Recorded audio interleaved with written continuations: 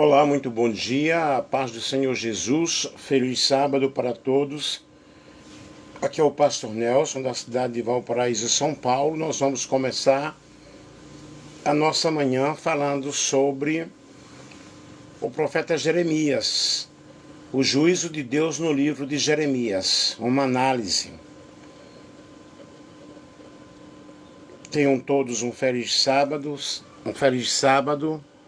Vamos aproveitar aqui, louvar a Deus, glorificar o nome do Senhor pelas bênçãos que o Senhor Ele tem nos concedido. Eu estou com um pigarro muito forte na minha garganta, tive uma gripe muito forte, terceira onda de gripe, e agora ficou essa inquietação na garganta.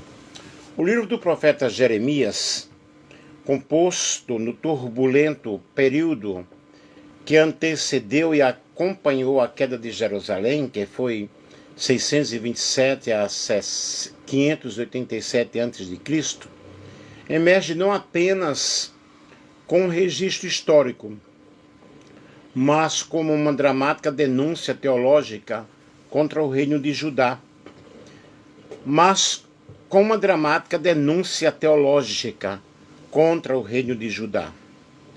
Conhecido como o profeta chorão, Jeremias foi o porta-voz da palavra de Deus em um momento de crise terminal, proclamando a mensagem de um juízo divinamente iminente.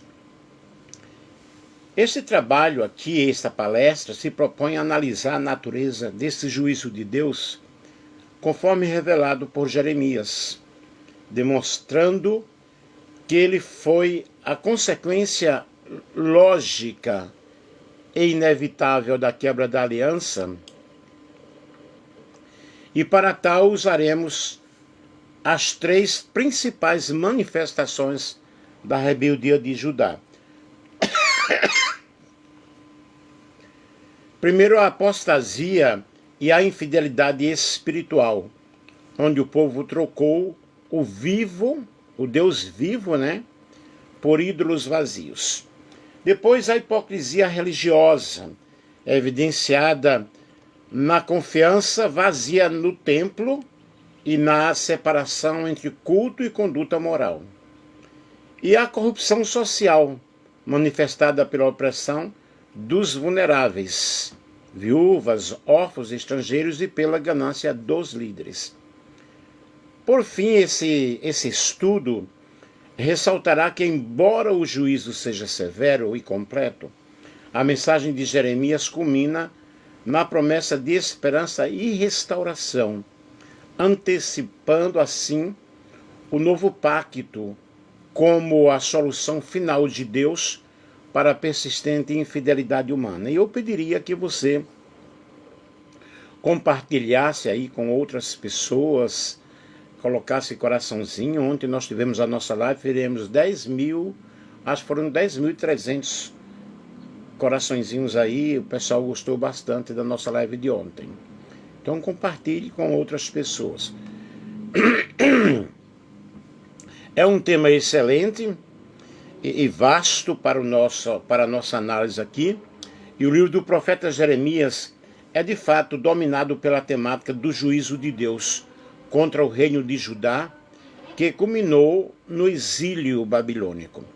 A mensagem de Jeremias, o profeta chorão, não é apenas de condenação, mas serve como um grito de alerta desesperado e, surpreendentemente, como um ponto de partida para a esperança na misericórdia e no novo pacto de Deus. O juízo de Deus, no livro de Jeremias, vamos seguir aqui. É o juízo pregado por Jeremias, não é um ato de vingança caprichosa, mas a consequência lógica e inevitável dessa quebra da aliança, do pacto mosaico por parte do povo, e a manifestação da justiça e da santidade de Deus.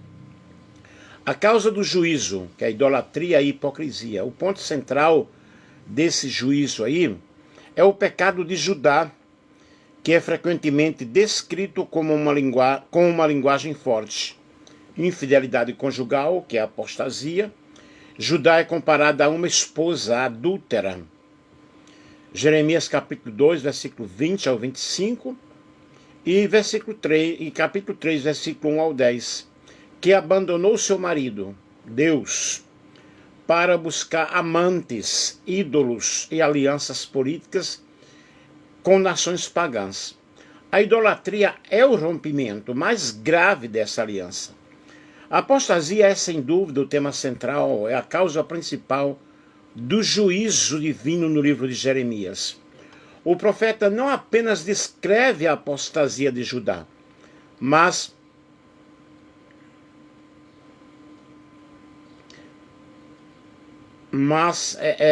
faz um diagnóstico de uma forma muito profunda, revelando sua natureza mais íntima e suas consequências devastadoras. A seguir nós iremos ver aqui esse estudo sobre a apostasia no livro de Jeremias. A quebra do pacto conjugal. A apostasia em Jeremias é definida como essa traição dessa aliança estabelecida por Deus com Israel no Monte Sinai.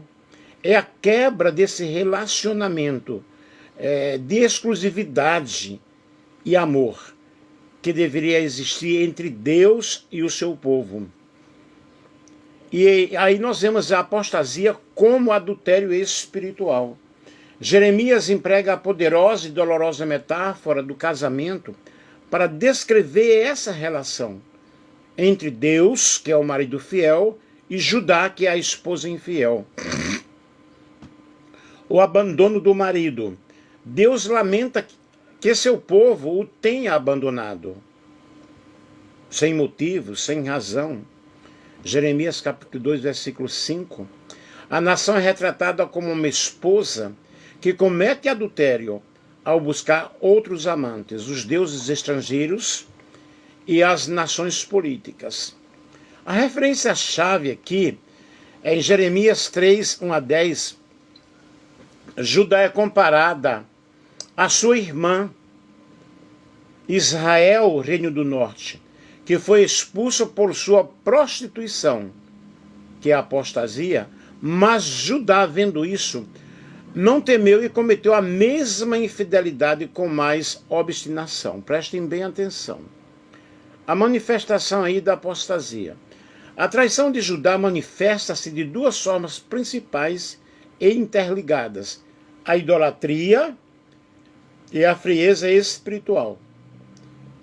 O pecado da idolatria, trocar o eterno pelo vazio. Jeremias acusa o povo de trocar a fonte da água viva por cisternas rachadas. E a troca absurda, nós vemos em Jeremias capítulo 2, versículo 13, pois o meu povo cometeu dois males. Eles me abandonaram, a mim, a fonte de água viva, e cavaram para si cisternas rachadas que não retêm a água. Vamos colocar os coraçõezinhos aí, pessoal? Qual o significado disso? A apostasia é irracional. O povo deixa Deus, a única fonte de vida e satisfação, para buscar deuses falsos que não podem oferecer nada, que são cisternas rachadas. A adoração a Baal e a rainha dos céus. A adoração a deuses cananeus como Baal e aos cultos à deusa Astarote, mencionada como rainha dos céus, em Jeremias capítulo 7, versículo 18, Jeremias 44, versículo 17 ao 19. Era generalizada. Incluía rituais pagãos chocantes, como a passagem dos filhos pelo fogo a Moloque, que aí acontecia o sacrifício de crianças. Jeremias capítulo 7, versículo 31.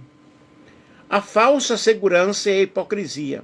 A apostasia não era apenas um abandono, mas também uma tentativa de misturar a adoração a Deus com as práticas pagãs criando uma religião superficial e hipócrita. Aí nós vemos em Jeremias capítulo 7, versículo 4, confiança no templo, o povo repetia a frase: este é o templo do Senhor, o templo do Senhor, o templo do Senhor. Aí nós vemos aqui agora a denúncia de Jeremias. O profeta denuncia essa confiança mágica no templo. Eles acreditavam que por terem o templo sagrado em Jerusalém, Deus jamais permitiria que a cidade caísse, independentemente de como vivessem. Para Jeremias, isso é apostasia. Confiar no símbolo em vez de no santo. A dimensão da impenitência, aí nós temos a recusa ao retorno. O que torna a apostasia de Judá passível de juízo irrevogável é a impenitência obstinada, a recusa em ouvir. Deus enviou profetas constantemente, madrugando e enviando-os. Jeremias 7:25. Mas o povo não deu ouvido, nem inclinou os seus ouvidos, mas endureceu a sua cerviz. Jeremias 7:26. Aí nós temos aí os falsos profetas. A apostasia, ela era alimentada por líderes religiosos que pregavam uma mensagem de paz e prosperidade, desmentindo as advertências de Jeremias. Jeremias capítulo 6, versículo 14. Eles ofereciam um conforto falso, tornando o arrependimento desnecessário na mente do povo. Vejamos aí a resposta de Deus, o juízo como consequência. O juízo, o exílio babilônico, é a consequência final, é a única forma de purificar e corrigir a nação, que se recusou a voltar voluntariamente. Então essa nação era uma nação obstinada e eles não quiseram conversão, eles não quiseram mudança, não quiseram voltar voluntariamente. E aí nós estamos explicando para vocês como Deus, na realidade, ele empregou situações de juízo para ver se o povo voltava para ele. Porque Jeremias acusa, na realidade, o povo de trocar essa fonte de água viva, né? Pela idolatria, pela profanação. Foi uma troca absurda. Aí nós vemos essa falsa segurança, essa hipocrisia acontecendo no meio deles. E Jeremias, ele denuncia essa confiança mágica no templo. Porque eles acreditavam que, confiando no templo, jamais a cidade iria ter problemas, jamais eles iriam cair. Aí em Jeremias 17, 9, nós vemos aí o engano do coração. A apostasia brota de uma fonte interna, o coração enganoso. O coração é mais enganoso que qualquer outra coisa. E sua doença é incurável. Quem é capaz de compreendê-la? Aí vemos aí a dimensão da impenitência, essa recusa. Eles recusaram em ouvir. Eles não deram ouvido. Mas o povo não deu ouvido, nem inclinou seus ouvidos, mas endureceu o seu coração. Aí nós vemos os falsos profetas aí. E eles ofereciam um conforto falso, é o que acontece na época de hoje. Aí qual foi a resposta de Deus? O exílio babilônico, que é a consequência final. É a única forma de purificar e corrigir a nação que se recusou a obedecer voluntariamente. Aí nós vemos aí o arranque e a destruição, Jeremias capítulo 1 e o versículo 10. Jeremias é chamado para arrancar, para derrubar, para destruir e arruinar, antes de edificar e plantar. O juízo é necessário para erradicar a apostasia. Aí nós vemos em Jeremias 30, versículo 11, mesmo no exílio, Deus afirma: eu destruirei todas as nações, entre as quais o dispersei. Mas a você não destruirei completamente. Eu o disciplinarei com justiça. O juízo é, portanto, uma disciplina que visa a correção, não o extermínio. A disciplina do Pai. Deus, quando ele nos disciplina para que nós tenhamos uma mudança, para que nós tenhamos uma conversão. E aí nós vemos o estudo da apostasia em Jeremias, destaca a severidade da justiça divina, mas culmina na maior promessa da graça, o novo pacto. Jeremias 31 ao 34. E a solução para a apostasia do coração enganoso não é uma lei externa, mas uma lei escrita internamente pela graça de Deus.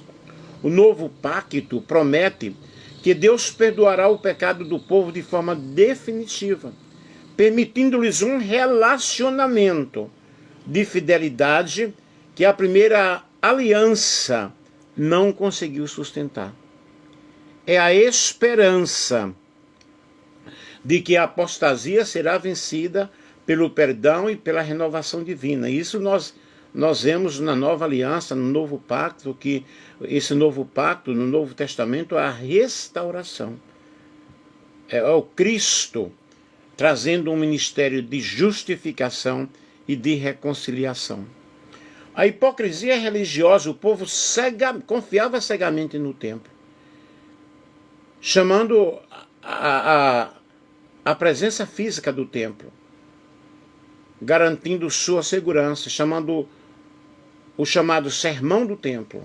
Jeremias capítulo 7, versículo 1 ao versículo 15. E Jeremias denuncia essa confiança vazia, afirmando que a verdadeira adoração exige obediência de coração e justiça social, e não apenas rituais externos. É o que nós precisamos, adorar a Deus em espírito e em verdade, porque Deus, Ele não escuta gritos vazios. O que Deus quer é uma mudança. É um ponto crucial. A hipocrisia religiosa é um dos alvos mais ferozes e centrais da pregação de Jeremias. Ele revela como a nação de Judá transformou sua fé em um ritual vazio, confiando nas tradições, confiando no templo, em vez de terem um relacionamento genuíno com o Senhor. O Senhor, ele quer esse relacionamento, ele deseja esse relacionamento.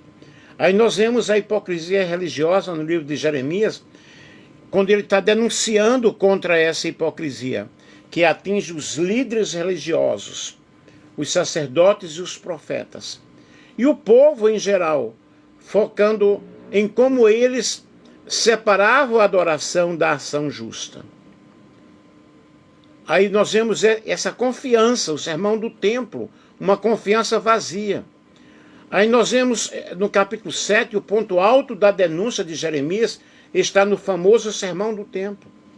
O povo de Judá havia adotado a crença mágica de que a presença física do templo em Jerusalém era um talismã que garantia sua segurança contra qualquer inimigo. Mas aí nós vemos em Jeremias 7, versículo 4, a repetição vã. O povo repetia como mantra: este é o templo do Senhor, este é o templo do Senhor, este é o templo do Senhor.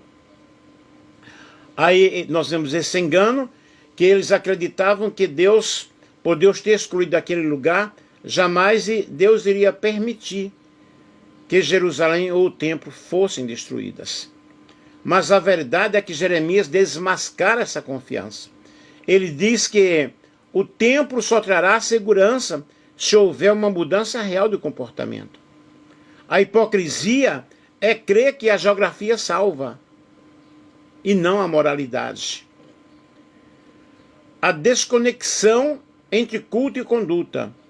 A essência da hipocrisia religiosa em Judá era a separação total entre o que faziam dentro do templo e o que faziam fora do templo. Eles ofereciam sacrifícios e orações, mas suas vidas estavam marcadas pela injustiça. pecar e se proteger.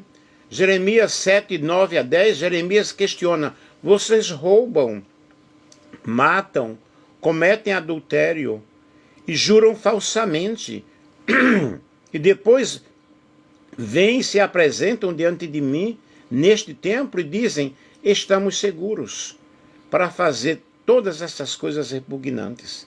É o que acontece hoje, pessoal. É a mesma coisa. Não é diferente. O plano hipócrita. O povo pecava livremente durante a semana e comparecia ao templo no sábado, achando que o ritual de adoração automaticamente os limpava e lhes dava uma licença para pecar novamente. Frequentar a igreja não é sinal de santidade. Frequentar a igreja não é sinal de conversão. Sinal de conversão é uma vida purificada, é uma vida mudada diante da presença do Senhor. Aí em Jeremias capítulo 7, versículo 11, fala sobre a casa de ladrões. Jeremias acusa o povo de ter transformado o templo, que deveria ser a casa de Deus, em um covil de ladrões. O local sagrado era usado para legitimar e proteger a prática contínua do mal. Que situação terrível, hein? Cadê os coraçõezinhos aí, pessoal? A crítica aos líderes aos líderes hipócritas. A hipocrisia não era exclusivamente do povo. Ela permeava a liderança. Sacerdotes e profetas. Jeremias, capítulo 6, versículo 13 ao 14. Os líderes religiosos falavam palavras vazias de consolo, em vez de alertar o povo para o perigo. Desde o menor até o maior, todos são gananciosos. Profetas e sacerdotes agem com falsidade. O curativo superficial. Eles tratavam a ferida do povo de forma leviana, dizendo paz, paz, quando não havia paz. Eles preferiam ser populares e serem verdadeiros, dando uma falsa esperança, em vez de chamar ao arrependimento sincero. Aí nós vemos aí o juízo de Deus contra a hipocrisia. Deus não aceita a religião sem coração. Para ele, a hipocrisia é um insulto à sua santidade. Vemos o exemplo de Siló, Jeremias capítulo 7, 12 ao 15. Para quebrar a falsa confiança no templo, Deus lembra o povo do que aconteceu em Siló, onde o tabernáculo e a arca da aliança estavam antes. A cidade foi destruída e o local de adoração abandonado. Qual é a lição que nós temos sobre isso? Se Deus destruiu o primeiro local sagrado, Siló, por causa da maldade do povo, ele fará o mesmo com Jerusalém e seu templo se eles não mudarem de vida. O juízo virá para mostrar que ele se importa com a justiça do que com o edifício. Em resumo, a mensagem de Jeremias contra a hipocrisia é um chamado atemporal. A fé verdadeira não está na frequência ao culto ou na repetição de rituais, mas é uma vida transformada que pratica a justiça, a fidelidade e a obediência sincera a Deus. Aí nós vemos aí a corrupção social. O juízo se manifesta também contra a injustiça, a opressão dos fracos, viúvas, órfãos e estrangeiros, e a ganância dos líderes, sacerdotes e falsos profetas. Jeremias capítulo 5, versículo 26 ao 29, e o capítulo 22, versículo 3. O profeta Jeremias não se limitou a condenar a idolatria e a hipocrisia religiosa. Ele via claramente que a falência espiritual de Judá se manifestava diretamente na corrupção social. Para Jeremias, a falta de justiça no trato com o próximo era a prova irrefutável de que o povo havia abandonado o Senhor. A corrupção social é um tema decorrente e doloroso nas denúncias de Jeremias. Vejamos então a corrupção social no livro de Jeremias. A mensagem de Jeremias destaca que um povo que não cumpre os mandamentos sociais da aliança, amar o próximo, proteger os vulneráveis, está de fato em rebelião contra Deus. A opressão dos vulneráveis, que era a principal manifestação da corrupção social, era a exploração implacável das classes mais fracas. A aliança mosaica instruía explicitamente que os mais necessitados, o estrangeiro, o órfão e a viúva, deveriam ser protegidos, mas Judá fez o oposto. Aí nós temos aí a violação da justiça, Jeremias capítulo 5, versículo 28. Jeremias descreve a falta de proteção aos vulneráveis. Tornaram-se gordos e lustrosos, ultrapassaram os feitos dos perversos, não defendiam a causa do órfão, para que possam prosperar, nem julgam o direito dos necessitados. Qual o significado disso aí? Os ricos e poderosos usavam sua posição para enriquecer ainda mais, é o que acontece hoje. Nós vemos aí líderes e líderes com suas grandes mansões, fazendas, iates, etc., enquanto os mais desvalidos estão à mercê.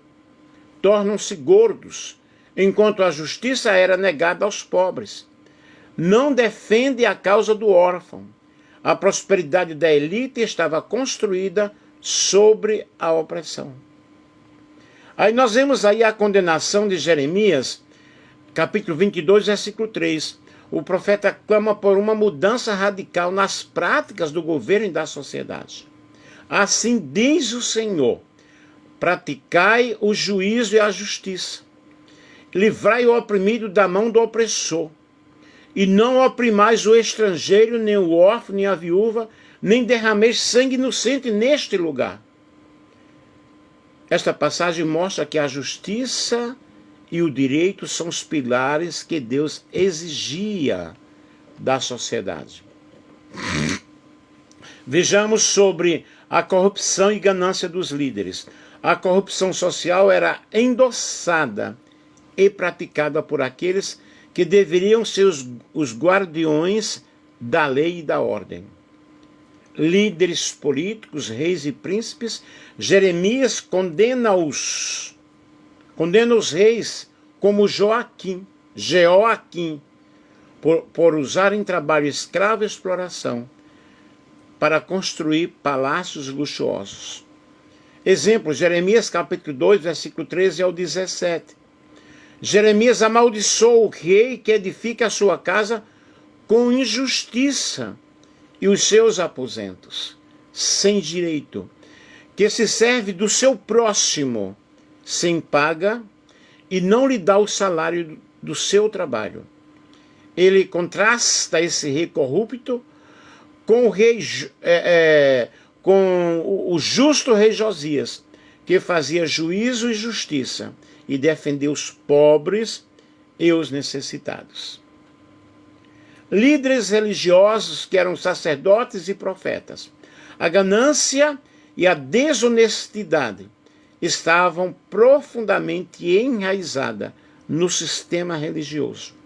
Eles usavam sua posição para obter lucro, o que não é diferente de hoje. Jeremias 6,13. Porque desde o menor deles até o maior, cada um se dá à avareza. E desde o profeta até o sacerdote, todos usam de falsidade. Eles estavam mais preocupados com o dinheiro do que com a salvação do povo. Pensem bem, analisem bem. A consequência da corrupção social. Jeremias ensina que a corrupção social não era apenas um problema ético, mas uma questão de sobrevivência nacional. A injustiça era o que provocava o juízo de Deus. Aí Jeremias capítulo 5, versículo 1 ao 2, nós vemos aí o abandono da cidade. Deus desafia Jeremias a procurar em Jerusalém se conseguiria encontrar sequer um homem que praticasse a justiça e buscasse a verdade. Se encontrasse, a cidade seria perdoada. A falha de Jeremias em encontrar tal pessoa é a justificativa final para a destruição. Aí nós vemos aí a inevitabilidade do juízo. A recusa em praticar a justiça e a continuidade da opressão significavam que a aliança estava quebrada de forma irremediável. O juízo de Deus viria na forma de guerra, na forma de fome e exílio, para destruir o sistema corrupto e estabelecer uma nova base de retidão.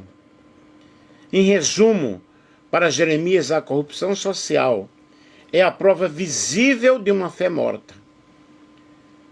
A verdadeira fé em Deus deve resultar em justiça prática e no cuidado pelos mais fracos. A falha de Judá em cumprir esse requisito fundamental tornou o juízo de Deus inevitável. Vejamos aí a natureza do juízo. O juízo inevitável. O juízo de Deus é concretizado através de um instrumento específico. O Império da Babilônia, liderado por Nabucodonosor. Aí nós vemos aí a taça da ira. Deus ordena a Jeremias que dê a todas as nações, começando por Judá, a taça do vinho da sua ira, para que bebam e cambaleiem. Jeremias capítulo 25, versículos 15 ao 29.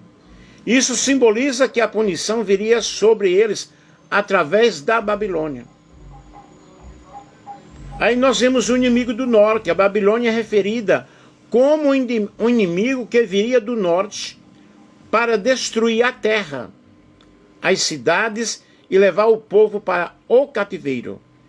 Jeremias passa décadas alertando que esse evento é inevitável, porque o povo se recusa ao arrependimento. Jeremias capítulo 4, versículos 5 a 8. A palavra aí é inegociável. Jeremias, ao contrário dos falsos profetas que pregavam paz, paz, é forçado a pregar a rendição e a aceitação do domínio babilônico como sendo a vontade punitiva de Deus.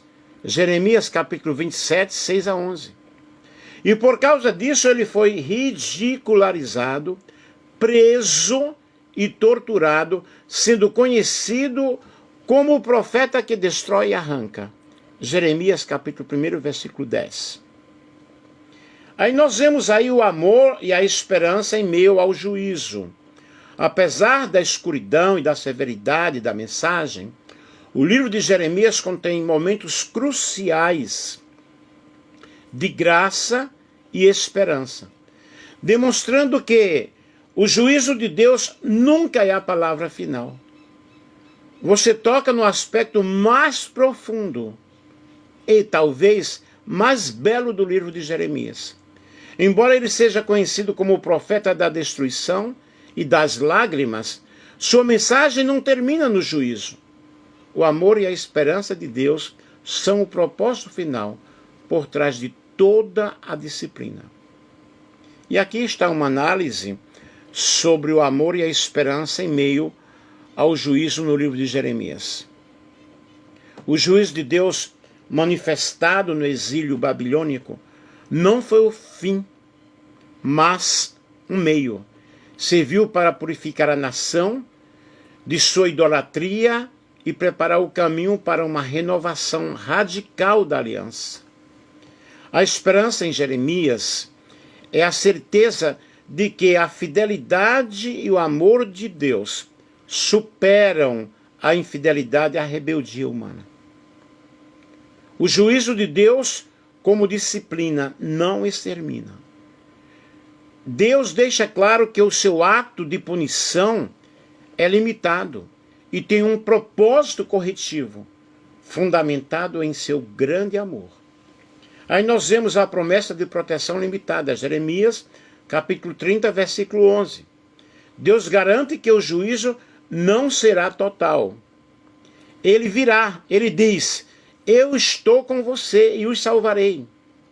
Declara o Senhor, pois destruirei totalmente todas as nações, entre as quais os dispersei, mas não destruirei você completamente. Eu o disciplinarei com justiça. Aí nós vemos aí o amor paterno. Este versículo revela que a mão que castiga é a mão de um pai.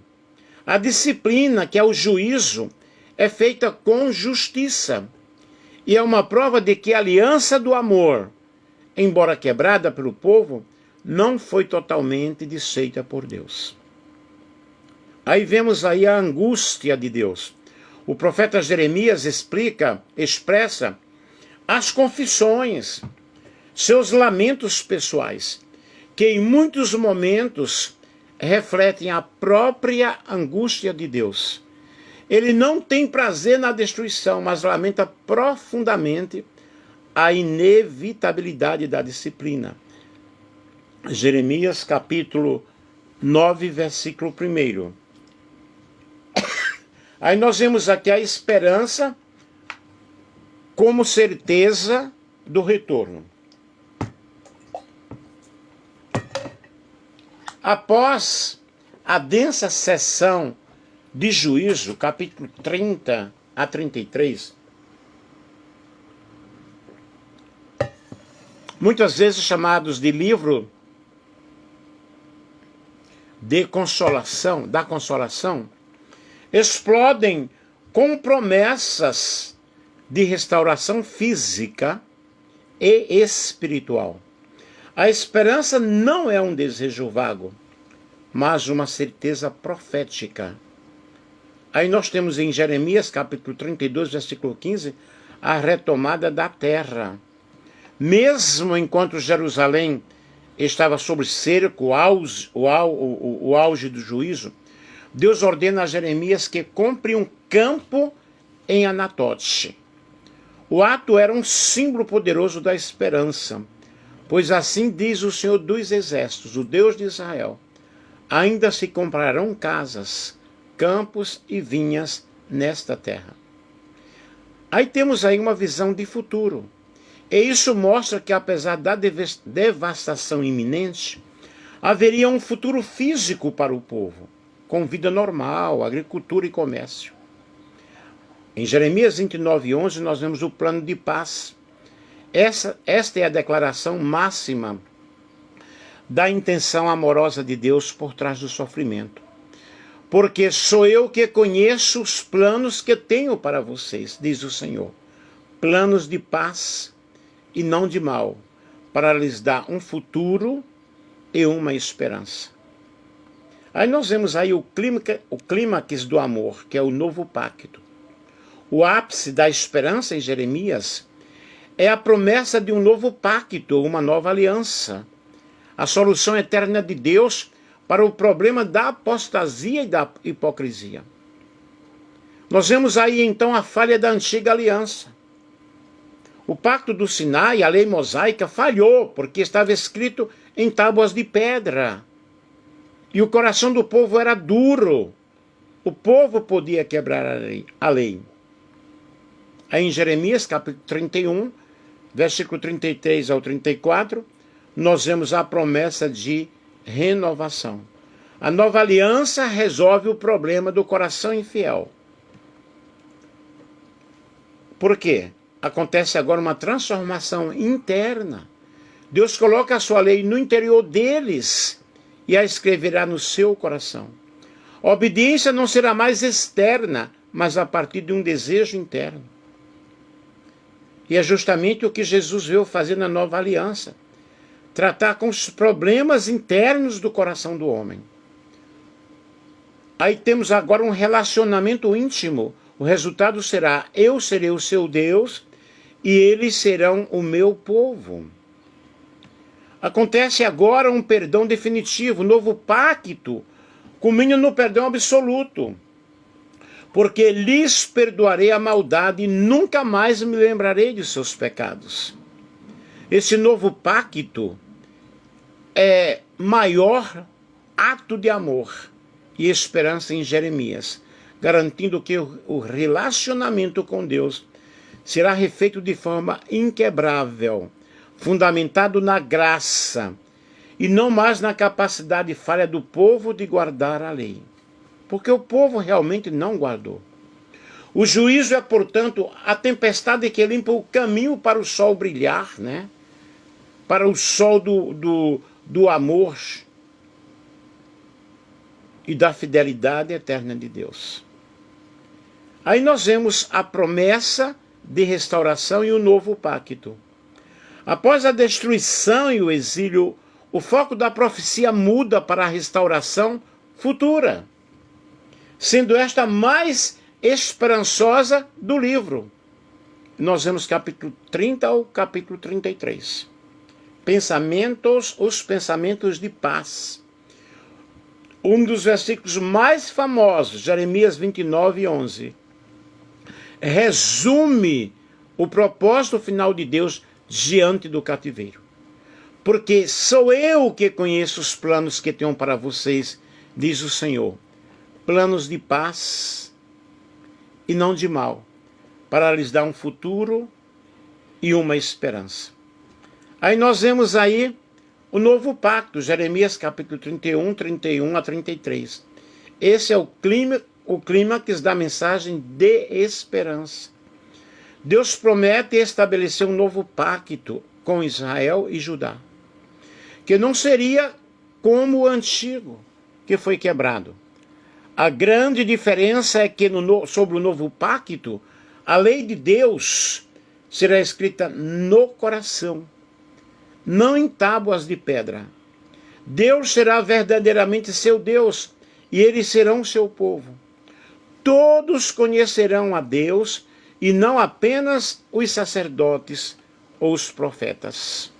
Deus perdoará a iniquidade e não se lembrará mais do pecado deles. Esse novo pacto é o fundamento para a esperança cristã e a base da obra redentora de Jesus Cristo. Aí nós vemos o caráter de Deus revelado. O estudo do juízo em Jeremias revela que Deus é um Deus que se manifesta em juízo, santidade de justiça, e na necessidade de punir a idolatria e a injustiça para manter a integridade. Aí nós vemos aí a misericórdia e a longanimidade nas décadas de avisos e chamados ao arrependimento dados por Jeremias antes da destruição. Aí vemos aí a fidelidade e o amor na promessa final de restauração e no estabelecimento de um novo pacto, garantindo que mesmo o juízo sendo completo, a aliança de amor de Deus não será desfeita para sempre. Aí estamos chegando aqui às considerações finais. A santidade de Deus exige justiça. O cerne da mensagem de Jeremias é que Deus não pode ser ridicularizado. A apostasia, a traição espiritual por meio da idolatria e a hipocrisia religiosa, a separação entre o templo e a conduta moral tornaram o juízo necessário. A destruição de Jerusalém e o exílio babilônico serviram para provar que a justiça prática, que é o fim da corrupção social e da opressão, é inseparável da verdadeira adoração. O juízo cumpriu a profecia de arrancar e destruir, para limpar a terra de seu pecado. Aí nós vemos aí o juízo é um meio, não um fim. Apesar da severidade e da condenação, o livro reflete a misericórdia e a bondade do Senhor, a bondade divina, a bondade de Deus. O juízo é retratado como uma disciplina paterna, Jeremias 10:11. Dolorosa, mas temporária. Se o propósito fosse o extermínio, a mensagem de Jeremias terminaria na destruição. Contudo, ela se estende para além do cativeiro, garantindo que o amor de Deus, embora ferido pela infidelidade, permanece inabalável. Aí nós vemos a esperança repousa no novo pacto. O clímax teológico do livro reside na promessa do novo pacto. Jeremias 31 ao 34. Esta é a solução definitiva de Deus para a falha humana. A esperança não está na capacidade do povo se arrepender ou de guardar a lei externa, o que Jeremias viu falar repetidamente. Mas a ação soberana de Deus é de transformar o coração. O novo pacto promete uma transformação interna. A lei será escrita no coração. E o perdão total. Deus perdoará o pecado e não se lembrará mais dele. E em última análise, o livro de Jeremias, com todas as suas lágrimas e advertências, é um poderoso testemunho do amor que recusa desistir. Ele ensina que após a inevitável manifestação da justiça, a fidelidade de Deus prevalecerá, assegurando um futuro de paz e de esperança para o seu povo. Portanto, este estudo reafirma a relevância atemporal de Jeremias para a fé, pois ele nos lembra que a verdadeira religião exige obediência sincera e justiça social, e que a punição de Deus é, em última instância, uma expressão de seu plano para a redenção. Amém? E assim eu trouxe para vocês essa explanação expositiva sobre o livro de Jeremias, como o povo estava, o juízo de Deus no livro de Jeremias, uma análise profunda aí, como estava a situação do povo, como estava o reino de Judá, o reino de Israel, e o profeta Jeremias aí advertindo o povo, mostrando o povo, denunciando, mostrando a rebeldia do povo, mostrando também a apostasia, a infidelidade do povo, a hipocrisia religiosa, a corrupção social, a opressão que estava acontecendo, a infidelidade do povo, mas o juízo de Deus sendo executado, a disciplina de Deus, mas mostrando finalmente o novo pacto, a nova aliança. E nós vemos que no novo pacto, na nova aliança, Jesus veio tratar com as nossas intimidades, tratar com aquilo que está em nosso coração. E igual aconteceu na época aí do profeta Jeremias, na nossa época não está diferente. Muita infidelidade, muita hipocrisia, muita ganância, muita aparência de que se está servindo a Deus, mas o povo está interessado em cobrar somas absurdas, e que Deus tenha misericórdia de nós, porque o Senhor, Ele trata conosco, Ele trata com o seu povo, e a lei de Deus, ela deve estar impregnada em nossos corações, não em rituais, não em regras ou fardos pesados que as pessoas não podem levar. Estamos vivendo um momento de muita hipocrisia religiosa. Estamos vivendo um momento de muita apostasia espiritual. Mas eu acredito, eu creio no despertar e no avivamento, num grande avivamento no meio do povo de Deus em toda a terra. Eu não estou falando aqui de placa de igreja, porque Deus não vem buscar a placa de igreja. Deus, Ele tem uma igreja invisível dentro de todo esse povo. Mas dentro de todo esse povo existem muitos que estão dormindo, e eu e você nós todos precisamos despertar do sono, porque Jesus virá buscar uma igreja imaculada, uma igreja fiel, uma igreja verdadeira. Que Deus em Cristo nos abençoe, que Deus te abençoe, que Deus te ajude nesta manhã e um feliz sábado. Um grande abraço para todos.